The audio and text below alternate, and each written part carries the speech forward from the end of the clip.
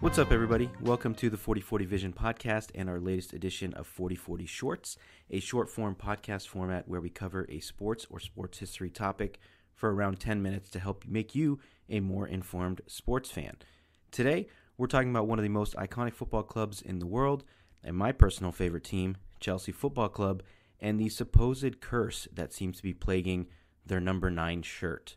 So, for years, Chelsea has been home to some of the greatest footballers in the world, names like Didier Drogba, Frank Lampard, Eden Hazard, and the list goes on and on.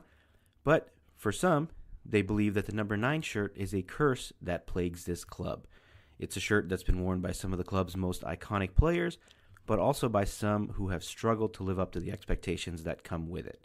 From guys like Gianluca Vialli, may he rest in peace, and Peter Osgood, also may he rest in peace, to Fernando Torres, the number 9 shirt at Chelsea has seen its fair share of ups and downs. Some players have been able to wear the shirt and the number with pride, while others have struggled to live up to the expectations that come with it. But why do people consider the shirt cursed? Some say it's the weight of the history, some say it's the expectations, others say it's simply bad luck or bad fit or whatever it may be. But on today's podcast, we're going to discuss the history behind the curse, or the supposed curse, I should say, and you can decide for yourself whether you believe it's real or not. So let's dive real quick into the history of this shirt and the players who have worn it. We'll start with Chelsea legend Peter Osgood, made his debut in 1964, went on to make over 300 league appearances for Chelsea over 2 spells, spanning a total of 11 years. Osgood was, and still is, a true Chelsea legend, and is 5th on the all-time record goal scorer list at the club, with 150 goals in all competitions. He won 2 major trophies for Chelsea in a time where they weren't really known for winning trophies, and he won the FA Cup and the Cup Winners' Cup, which is the predecessor to the UEFA Super Cup that you know today. The next notable name that wore the shirt was quite a bit later in the late 1990s, and that is Gianluca Vialli, who recently passed. He wore the shirt from the years 1996 to 1999. He was a fan favorite, became one of the club's most iconic players despite only playing there for a few short years, and also went on to manage the club. He was a key player during Chelsea's successful period in the late 90s. He won the FA Cup, the League Cup, and once again the UEFA Cup Winners' Cup. But following Vialli's departure, the number 9 shirt has struggled to find a player that is worthy of that honor, with one notable exception, of course. Jimmy Floyd Hasselbank claimed the number 9 shirt, and he had very similar fortunes to Osgood and Vialli in front of goal. So despite not winning any silverware at Chelsea, other than a Community Shield, which I don't know if that counts or not, he's regarded as one of the best strikers in the club's history with 70 goals in 136 games in the league. So if you're not very good with math, that's almost a goal every other game. Or sorry, more than a goal every other game. So he came in the year 2000, so just after Vialli, for a club record at the time, which sounds crazy to say, of only £15 million from Atletico Madrid, and he repaid his fee very quickly as the team's top scorer in 3 of the 4 seasons he spent at the club. Unfortunately, he wasn't there for very long, as he wasn't part of Claudio Ranieri's vision, and after Hasselbank left, players like Hernan Crespo, Mattea Kezman, Franco De Santo all struggled to make an impact while wearing the shirt. Kezman was only there for a year before leaving, and Hernan Crespo only managed 49 league appearances over 5 years, primarily due to being sent on loan and being demoted because of the arrival of Didier Drogba. The Argentine forward finished with a total of 20 goals in 49 appearances, which is not too shabby, but he just didn't get much opportunity to impress, and you can't really blame the managers for choosing the legendary Drogba over Crespo. The next 3 guys to wear it don't deserve much of a mention, but we'll do it anyway just for history's sake. The first is defender Khaled, who is by far the strangest owner of the number 9 shirt at Chelsea. He was a defender, but still chose to wear the shirt of a striker or forward for whatever reason, and was gone after 1 year. Steve Sidwell, also not a forward, took the number despite playing in central midfield, and was also gone after a year. So maybe this is where some of the curse momentum started to build up, despite it going to guys that didn't deserve it. Franco De Santo was signed by Chelsea as a youngster, and was probably one of the favorites to break the supposed curse, but as a young prospect, he played just 8 Premier League games, scored no goals for Chelsea, was sent on loan to Blackburn, and moved to Wigan permanently, but has always been kind of a average to below average striker. It wasn't until 2011 when Chelsea supporters had some real hope that the curse would be broken, and that was when they signed Fernando Torres from Liverpool for a then club record £50 million on deadline day. He was one of the best strikers in the world, and we had high hopes for him, but unfortunately he struggled to live up to the massive expectations that came with being the savior at Chelsea, the heir to Didier Drogba, etc., etc. So he scored 45 goals in 172 appearances, won some silverware, and had his legendary Champions League moment in Barcelona where he dribbles around Victor Valdez and essentially ended that tie. But he was still a disappointment when it came to the money spent. So after Torres departed, there was a number of other guys that also did not live up to the expectations that came with the shirt. The first was Radamel Falcao, the legendary striker known as El Tigre. He joined Chelsea on loan after another disastrous spell at Manchester United, also on loan. He scored 1 goal in 12 matches, and Chelsea turned down the chance to sign him for £38 million at the end of the season and left in the summer of 2016. The funny thing about that is he struggled at United, he struggled at Chelsea, but then the next year he goes on to score between 20 and 30 goals for Monaco, and they win the league despite being facing the likes of Paris Saint-Germain. And so he went on to play well, but just didn't do it at Chelsea. Maybe he couldn't find fitness, maybe it was a weird time at the club, whatever it may be. The next guy is one that I personally thought was going to be an incredible striker at Chelsea, and that is Alvaro Morata. So he joined Chelsea in 2017 for another massive transfer fee of £70 million and signed a 5-year deal. He scored 11 goals in his first season, and he really started off like gangbusters. We thought, or at least I thought, he was the next great striker at Chelsea, but things fell apart. He got injured. He couldn't handle the physicality. He wasn't happy with the fans.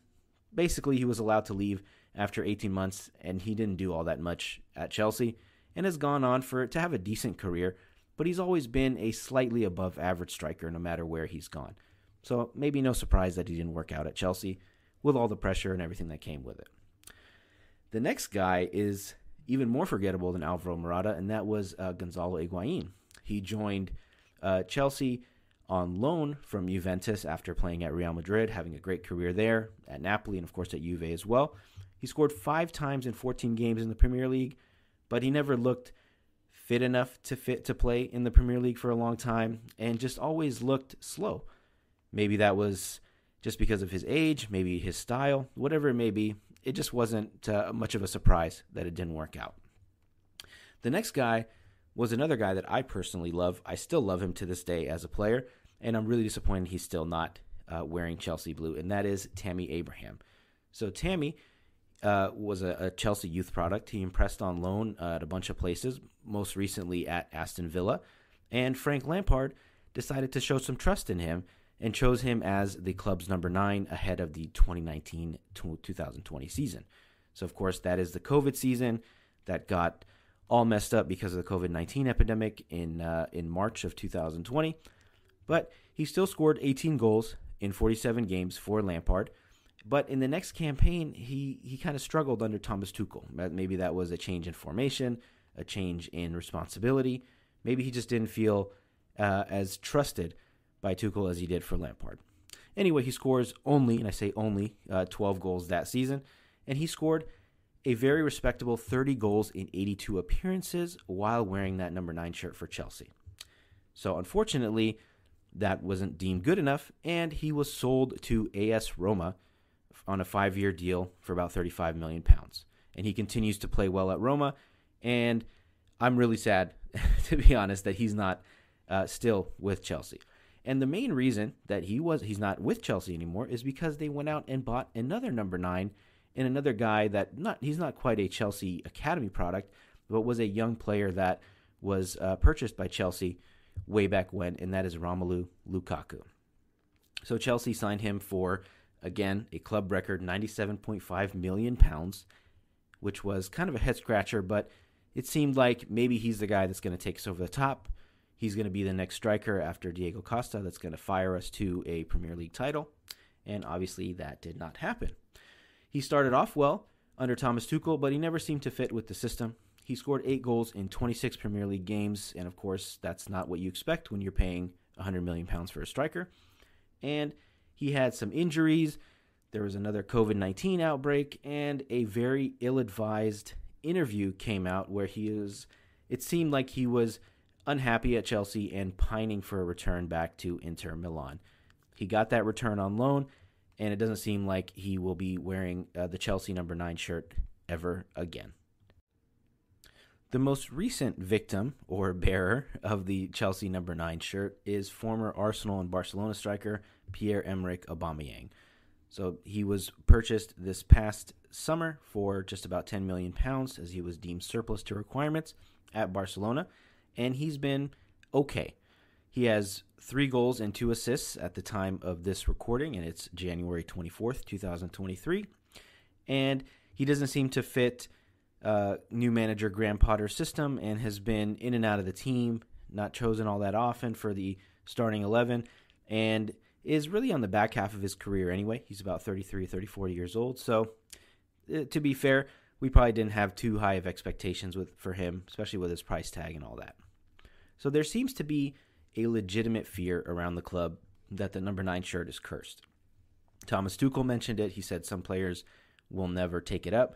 Guys would rather wear, the 19 shirt like Diego Costa or 29 like Kai Havertz. So it seems like guys are actively avoiding the number 9 shirt. But I would like to argue that if you take a closer look at it, it really seems like the players that have worn it just aren't worthy of the number. They just weren't good enough. Would Diego Costa have struggled if he wore number 9 instead of number 19? Would Drogba have struggled if he took over the number 9 shirt once Crespo left? I doubt it. On the other side of the coin, would Fernando Torres have been better if he wore number 19 or 29 or 99 or some other number? Maybe, because he wouldn't have had the expectations. But I think most of the expectations that came with Torres were around the price tag and not the jersey number. Falcao may have come good if he stuck around, but it was a weird time at Chelsea, and Higuain was also washed up when he got here. So Falcao, maybe he could have broken the curse if he stuck around, but you're not going to pay £38 million for a guy that looked like he was done. And of course, Higuain was just plain washed up. The next guy, Morata, as we said, he was hurt, couldn't handle the pressure. Tammy was my best bet to break the curse in recent years, but he's also another guy that's good but not great, and good and not great is not good enough for Chelsea as your lead striker. Lukaku was always overrated as a player. He couldn't stay healthy, he didn't fit with Tuchel's system, so it was a weird transfer in the first place, and he essentially talked his way out of town. And the last guy, of course, Aubameyang, like I said, he's in his mid-30s. Probably not you don't expect too much from him in the first place, and he just might be past his prime, and of course, he doesn't fit with what Graham Potter is trying to do. So essentially, what I am trying to say is that this curse, you can call it self-fulfilling, self-perpetuating. Maybe there's a legitimate fear among the guys, and if guys think that there is a curse associated with the number, then they're not going to wear it. But if a guy like prime Didier Drogba wore number 9, or for example, if Robert Lewandowski in some alternate universe came to Chelsea and wore the number 9 shirt, they wouldn't be weighed down by the curse because it doesn't exist. It sounds funny to say that, but it's not about the number. It's about the guy that's wearing the number. And eventually, at some point, when Chelsea, just like every other football club in the world, is looking, it finds that world-class striker, then he's going to come in and break this supposed curse and end all this talk. If Chelsea had, by some miracle, signed Erling Haaland this past summer, do we really think that he would be cursed by the number 9 shirt? The guy's a machine. He's a cyborg. He scores goals for fun. He's not going to be weighed down by some, pretend voodoo curse. So, Chelsea fans, lighten up. This isn't Lord Voldemort and the Defense Against the Dark Arts job at Hogwarts. This is just a case of giving guys that don't deserve it this jersey number. So, let's save it for a true world-class player, or just give it to some kid that doesn't know about this. If you're 17, 18, 19, and you're in the Chelsea Academy, maybe you've heard of the Chelsea curse, but you probably just don't care because you're too young to give a shit, and that's what matters. So, thank you for checking us out. We appreciate your time today, checking out the 4040 Shorts edition of the 4040 Vision podcast. Make sure to follow, like, and subscribe to our podcast on all the major podcasting platforms, and let us know what you think on social at Instagram and Twitter at 4040 Vision Pod. Thanks, y'all.